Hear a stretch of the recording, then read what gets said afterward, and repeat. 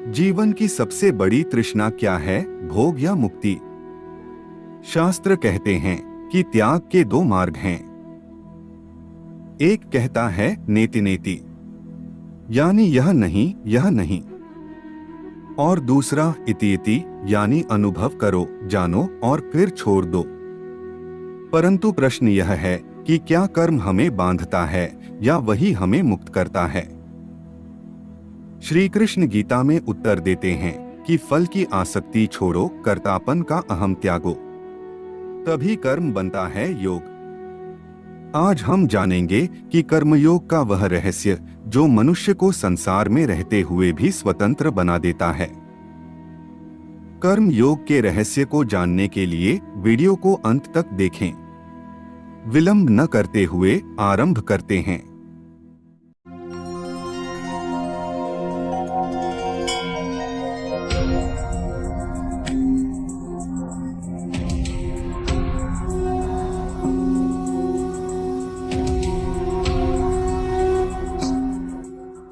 जीवन की तृष्णा को छोड़ना अत्यंत कठिन है। बहुत कम लोग ही कभी वैसा कर पाते हैं। हमारे शास्त्रों ने वैसा करने के दो मार्ग बताए हैं। पहला नैति नैति वाला, यानी यह नहीं, दूसरा इति वाला। पहला खंडनात्मक और दूसरा मंडनात्मक है।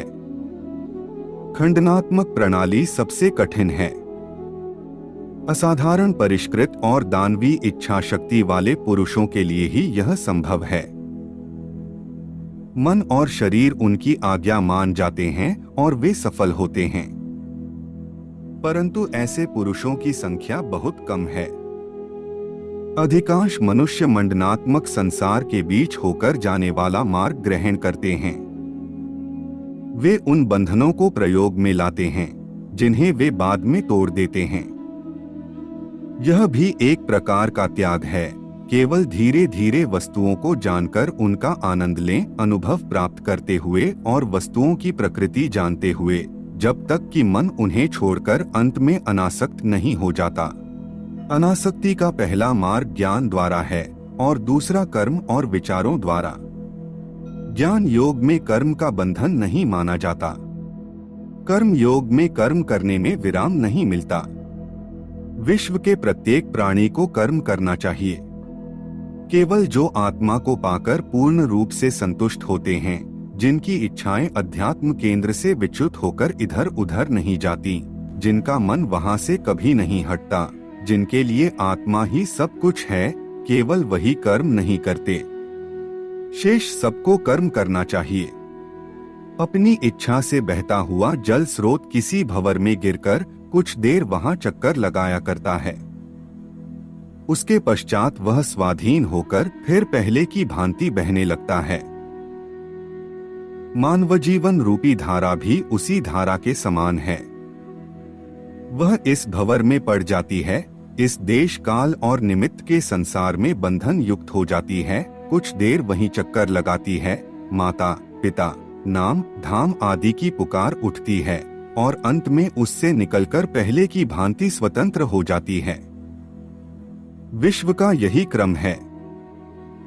हम जाने चाहे न जाने, चाहे ज्ञान भाव में हो या अज्ञान भाव में हो, हम सब इस संसार के स्वप्न देश से बाहर जाने का प्रयास कर रहे हैं।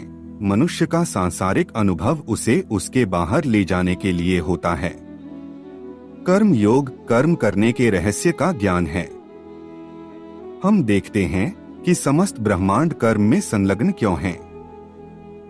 मुक्ति के लिए, स्वतंत्रता के लिए, जाने या अनजाने छोटे प्राणी से लेकर बड़े तक सब उसी के लिए प्रयास करते हैं। एक ही उन सबका लक्ष्य है, मन शरीर आत्मा सभी के लिए स्वाधीनता प्राप्त करना। लेकिन इस उद्देश्य को प्राप्त करने में लोग कहाँ सफल हो पाते हैं। कर्मयोग का खुलासा श्री कृष्ण ने गीता में स्पष्ट रूप से किया है। उनका मानना है कि कर्म करते समय यदि फल की कामना न रहे तो कर्म मुक्ति का साधन बन जाता है। फल में आसक्ति बांधती है।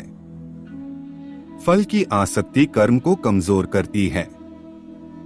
इसी तरह मैं करने वाला हूँ, यह अभिमान भी कर्म की पवित्रता को कलुषित कर देता है। कर्म जब कर्तापन के अहंकार के बिना और फलासक्ति से रहित होकर किया जाता है तो वह अंतःकरण की शुद्धि का कारण बन जाता है। ऐसे कुशलता पूर्वक किए गए कर्म को ही श्री कृष्ण ने योग कहा है। योगः कर्मसु कौशलम। इस प्रकार कर्मयोगी कुशल होता है। वह कर्मों से होने वाली किसी प्रकार की हानि से बचकर अपने लक्ष्य को प्राप्त कर लेता है। श्री कृष्ण स्वयं इसके श्रेष्ठ उदाहरण हैं। मनुष्य की सफलता या असफलता का आधार कर्म है। ऋग्वेद के एक पत्र में कहा गया है कि अकर्मते स्वप्सः अभूम ऋतभस्त्रम उपसो विभाति विश्व तद भद्रम उद्यवंती देवा बृहद वदेन विद्धे सुवीरा। इसका भावार्थ यह है कि अच्छे कर्म करने से हम शुभ कर्म करता या सत्कर्ता हो जाते हैं। कर्म ही उठाता या गिराता है। ऋतु के अनुसार किए गए कर्मों से हम उन्नति करते हैं और इसके विपरीत अनृत कर्मों के करने पर हमारा पतन होता है। हम अंधकार की ओर चल पड़ते हैं। उषा काल में वातावरण शुद्ध होने से इस समय तेज और प्रकाश रहता है।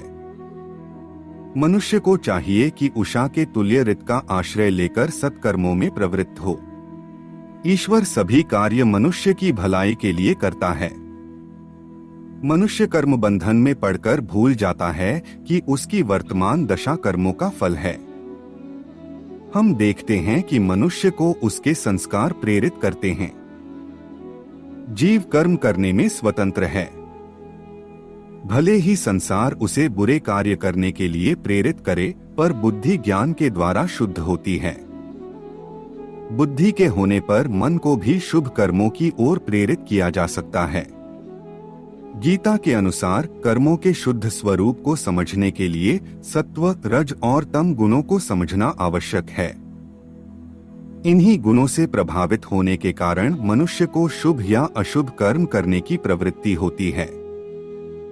गीता के अनुसार जब आत्मा में ज्ञान हो तब सत्व गुण रहता है, तथा जब अज्ञान रहता है तब तमोगुण मानना चाहिए। यदि आत्मा में राग द्वेष है तो रजोगुण मानना चाहिए। हम अपना जीवन सुखी व निरोगी काया चाहते हैं। इस कामना की पूर्ति के लिए हमें कर्म भी इसी के अनुसार करने होंगे। यजुर्वेद में कहा गया है कि हम कान से अच्छी बात सुने। अच्छी बात सुनने से मन पवित्र व प्रसन्न रहता है।